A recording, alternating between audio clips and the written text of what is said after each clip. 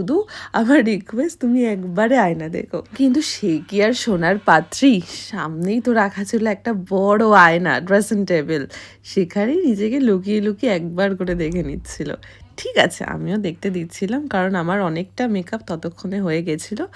অন্তত বোঝা যাচ্ছিল যে হ্যাঁ এটা নাক এটা মুখ, কারণ অনেক সময় কি হয় এত মুখটা সাদা লাগে, তো যার কারণে নিজেকে ভূত ছাড়া আর কিছু মনে হয় না। সেই ভূতরূপী মুখটাই আমি দেখতে দিতে চাই না, বলবে বাপরে আমি এত সাদা হয়ে গেছি, এত আমার স্কিন টোন তো উধাও হয়ে গেছে। তো এই জন্যই দেখতে দেওয়া হয় না, কারণ এটা একটা প্রসেস, লেন্দি প্রসেস, যেটা স্টেপ বাই স্টেপ ফলো করা হয়।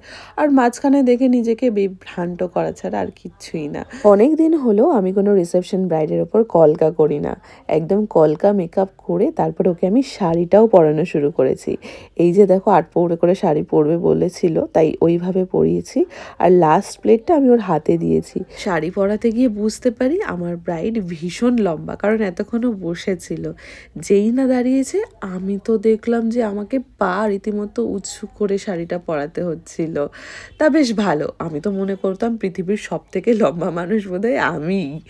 যাই হোক, একদম সুন্দর করে প্লেটস পরিয়ে দিয়ে এবার আমি ওকে জুয়েলারিসগুলো পরাবো। ও অনেকগুলো জুয়েলারি নিজের জন্য রেখেছিল, আর বেশিরভাগটাই ছিল অনেকটা পুরোনো দিনের। যেমন ফার্স্টে এই যে হারটা, এটা একটা চোকারের মতো, বাট খুবই সুন্দর। তারপর আরও একটা নেকলেস পরেছিল, আর এই নেকলেসটা একদম চোকারের ঠিক নিচেই পরাতে হয়েছিল।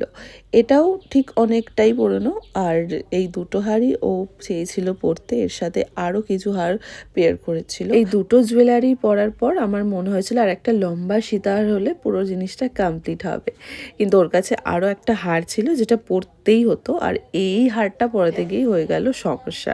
কারণ দুটো নেক পিস একই জায়গায়, মানে নেকলেস দুটো একই জায়গায় পরাতে হবে, আর এই জিনিসটা একদমই ঠিকঠাক মানে যাচ্ছিল না। বাট স্টিল পরাতে হবে, যেহেতু ওর বিয়েতে পাওয়া বা রিসেপশনের জন্য সাজবে বলে ভেবেছিল।